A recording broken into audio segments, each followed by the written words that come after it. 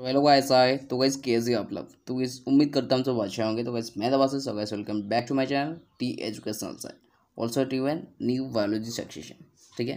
तो गाइस इसके पहले वाली क्लास में हम मिनरल न्यूट्रिशन के कुछ इंट्रोडक्शन और माइक्रो न्यूट्रिएंट्स और मैक्रो न्यूट्रिएंट्स इसका दोनों टाइप जो कि बेनिफिशियल एलिमेंट्स होते हैं उसको सारे के सारे खत्म कर चुके थे। अगर उस वीडियो को आप नहीं देखें डिस्क्रिप्शन बॉक्स में लिंक है, जाकर देख सकते हैं।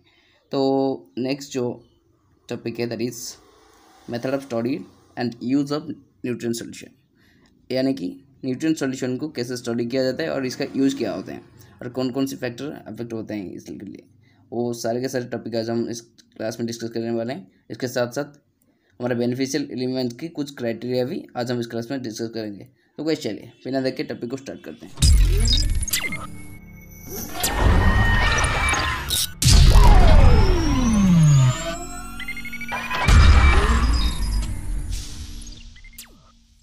सो method of study and use of nutrient solution देखते हैं। In 18th or 9th century, several researchers were interested to study the interrelationship of the plant nutrition and the ability to increase the productivity. तो 18th और 9th century में कुछ researchers ने क्या किया, इसका कुछ इंटरेस्ट है कि एक चीज़ जानने के लिए। कौन सी चीज़? जो कि प्लांट न्यूट्रिशन और इसका एबिलिटी जो कि प्रोडक्टिविटी को इंक्रीज करने के लिए, उसके बीच जो इंटररिलेशन जो होते हैं उसके बीच जो इंटररिलेशन होते हैं उसको जानने के लिए ये बहुत ज़्यादा इंटरेस्ट होता है। तो उसमें से एक साइंटिस्ट जो होते हैं सॉल्स, ओके, वो डिजाइन के थे ये देखते हैं। तो सर्च designated an experimental system to study the minimal nutrient solution require for the plant growth of the plants. ठीक है। तो सर्च एक साइंटिस्ट थे जो कि एक एक्सपेरिमेंटल सिस्टम डिजाइन के थे और उसके अकॉर्डिंग क्या कहते हैं जो मिनिमल न्यूट्रिएंट सॉल्यूशन जो कि प्लांट ग्रोथ के लिए रिक्वायर होती है। The plant will growth with the root immerse in aqueous nutrient solution containing inorganic solution. और ये जो प्लांट्स होते हैं कैसे ग्रो किया जाता है? By immersed in aqueous nutrient solution, aqueous nutrient solution में इमर्स करने के बाद, और जो कि इनऑर्गेनिक सॉल्यूशन ये कंटेनिंग करती है। ठीक है। देन नेक्स्ट देखते हैं अकॉर्डिंग टू सॉल्ट्स के ये जो सिस्टम ने अकॉर्डिंग क्या होते हैं देखते हैं। According to salts 6 organic salts having 9 nutrients जो भी होते हैं potassium, nitrogen, phosphorus, calcium, sulphur, sodium, chlorine, magnesium and ferrum are required for the growth of the plants. तो सर्च के हिसाब से 6 तरह का सॉल्ट जिसका 9 तरह से न्यूट्रिएंट्स होते हैं। जो भी न्यूट्रिएंट्स होते हैं वो क्या क्या होते हैं, जैसे कि potassium, nitrogen, phosphorus, calcium, sulphur, then sodium, chlorine, magnesium and ferrum. ठीक है। तो ये जो होते हैं 9 न्यूट्रिएंट्स होते हैं, ये प्लांट की ग्रोथ के लिए बहुत ही ज़्यादा रिक्वायर होते हैं, ये सर्च ने बताया था। ठीक है। इन 1930 सर्च and Knop nutrient solution is given in the table. और 1913 में जो भी सॉल्ट्स और न्यूट्रिएंट्स सॉल्यूशन जो होते हैं ये दोनों ने दी थी, उसका एक टेबल बनाया गया है जो कि आप नेक्स्ट पेज में देख सकते हैं। तो देखते हैं।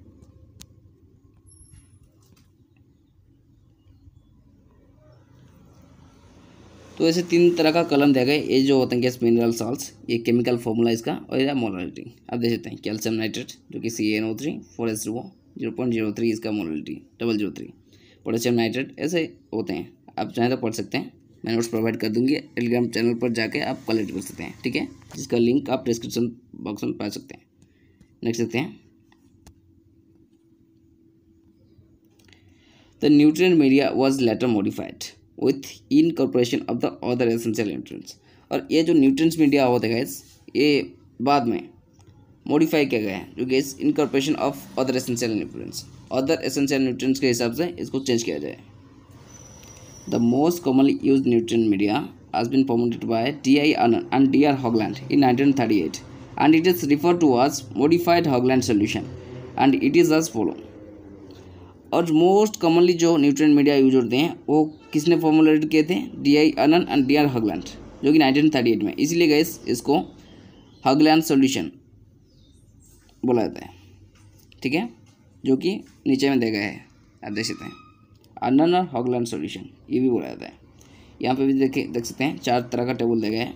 Mineral salt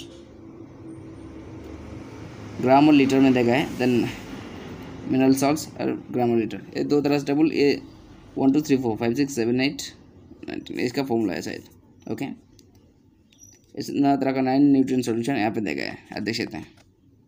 next, important feature of nutrient solution, all the required macro and micronutrients are present in limit, not cause any toxicity or salinity the plants।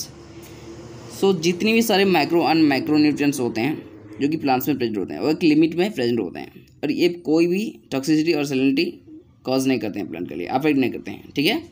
Then next point, nitrogen presence lead to a balance in pH and also allow plant to evolve and assimilation both the form of nitrogen, ठीक है। और nitrogen जो कि presence होने की वजह से क्या होता है, एक पीएच का जो बैलेंसिंग होता है ये होते हैं, एंड ये और भी क्या अलाउ करती है, जो कि एब्जॉर्प्शन जो कि एसिमिलेशन जो कि बथ फॉर्म ऑफ नाइट्रोजन वहाँ पे होते हैं उसको भी अलाउ करती है, ठीक है। तो ये इसका कंप्लीट और इम्पोर्टेंट फीचर्स होते हैं न्यूट्रिएंट सॉल्यूशन। तो नेक्स्ट देखते हैं criteria of essential elements. Essential element के कुछ क्राइटेरिया जो होते हैं वो देखते हैं। Generally soil contain variety of mineral nutrients elements but all of this element present in the soil are not essential for the plant, but specific element on them are required by the plants for the normal growth. So जैसे कि आपको पता है soil जो होते हैं variety types of mineral nutrients containing करती है, बट इसमें जितनी भी सारी होते हैं मिनरल न्यूट्रिएंट्स वो प्लांट्स को नीडफुल नहीं होते, बल्कि specific amount of mineral elements require होती है जो कि प्लांट्स की ग्रोथ के लिए, नॉर्मल ग्रोथ के लिए, ठीक है।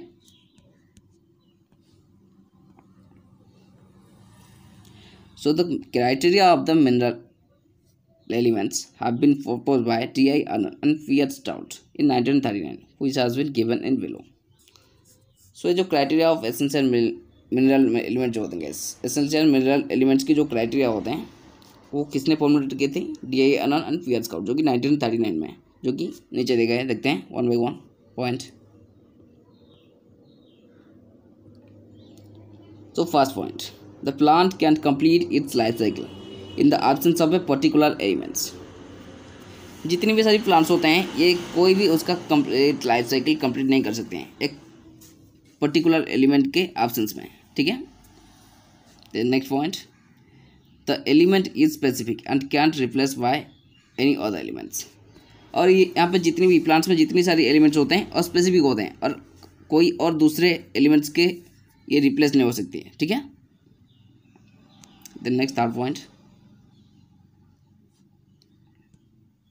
The element should be play a direct role in the metabolism of the plants.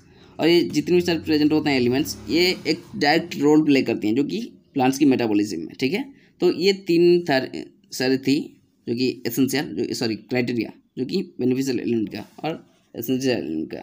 तो फिर से मैं बता देना चाहता हूँ, तो प्लांट्स जो होते हैं ये इसका लाइफ साइकिल कंप्लीट नहीं कर सकते हैं एक सिंगल सी और पर्टिकुलर एलिमेंट्स के एब्सेंस में, और ये एलिमेंट जो प्रेजेंट होते हैं वहाँ पे प्लांट्स में ये स्पेसिफिक और कोई दूसरी एलिमेंट्स के जगह नहीं लग सकते और कोई दूसरे एलिमेंट्स के द्वारा ये रिप्लेस नहीं हो सकते हैं।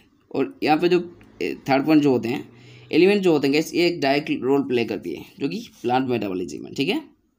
तो नेक्स्ट देखते हैं role of essential elements. Essential elements का रोल होते हैं बायोलॉजिकल में और हमारी लाइफ में भी कौन कौन से रोल्स होते हैं देखते हैं। First point, the role of essential element is given below. तो first point, some element like carbon, hydrogen, oxygen serve as the framework element of the building block material for the cell component। तो gas कुछ element जो होते हैं gas carbon, hydrogen and oxygen, ये तीनों जो होते हैं गैस फ्रेमवर्क और बिल्डिंग ब्लॉक मटेरियल जो होते हैं गैस सेल कंपोनेंट की, ठीक है। तो सेल कंपोनेंट की ये कार्बन, हाइड्रोजन, ऑक्सीजन ये जो तीनों एलिमेंट्स होते हैं ये बिल्डिंग ब्लॉक और फ्रेमवर्क एलिमेंट्स होते हैं। Then next point, some element ion में act as buffer and also register marked alteration in pH। कुछ एलिमेंट्स होते हैं गैस एलिमेंटल आयन ये बफर की तरह एक्ट करते हैं और एक अल्टरनेशन जो कि pH के अल्टर में ये रजिस्टर भी कर सकते हैं। For example phosphate, CO2 and bicarbonate ये होते हैं इस तरह। The next point, these are developed osmotic pressure in plants cell. ये जो एलिमेंट्स होते हैं ये ऑस्मोटिक प्रेशर प्लांट सेल में क्रिएट करती हैं और it also control the desirable degree of hydration of the cell collars. और जो हाइड्रेशन जो डिजायरेबल डिग्री ऑफ हाइड्रेशन जो होते हैं गैस जो कि सेल कॉलर्स में उसको भी ये कंट्रोल करती हैं। ठीक है, the next point,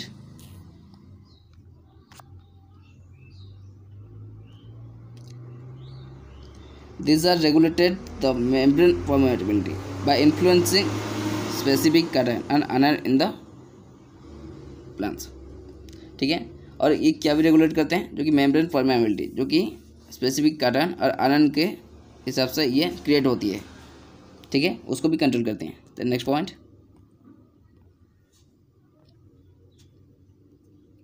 such element like calcium magnesium and potassium known as balancing element due to remove the toxicity effect and maintain the ionic balance।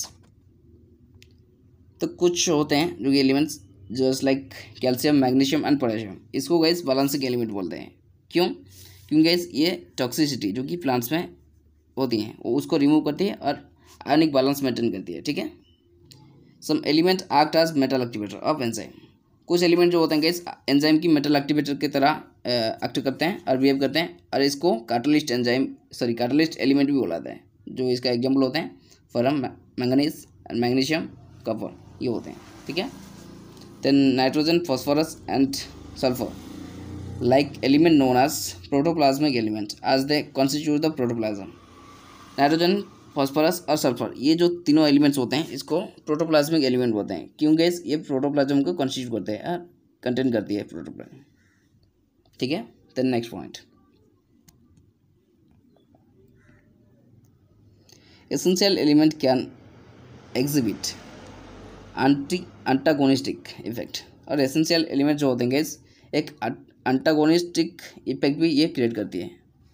Then next, element present at low level then the required level may cause deficiency symptom and it's too high then may cause toxicity to the plant। और guys एक exception है जो कि अगर element जो कि plants में present होते हैं वो लो लेवल हो गया जो कि रिक्वायर्ड लेवल से लो हो गया और हाई हो गया तो गैस डेफिशिएंसी सिम्टम दिखाई देते हैं और डेफिशिएंसी अगर होती है जो गैस बहुत ही ज़्यादा टॉक्सिसिटी होती है प्लांट्स के लिए। सो गाइस ये जो न्यूट्रिएंट का डेफिशिएंसी कैसे होते हैं और क्यों होते हैं और कौन कौन से फैक्टर इसके लिए अफेक्ट होती हैं वो सारे के सारे हम नेक्स्ट क्लास में देखेंगे। तो गाइस फिर मिलेगा एक नई क्लास में न्यू वीडियो के साथ। तो गाइस उस पल तक बने रहे बस आप। Thanks for watching guys, next video.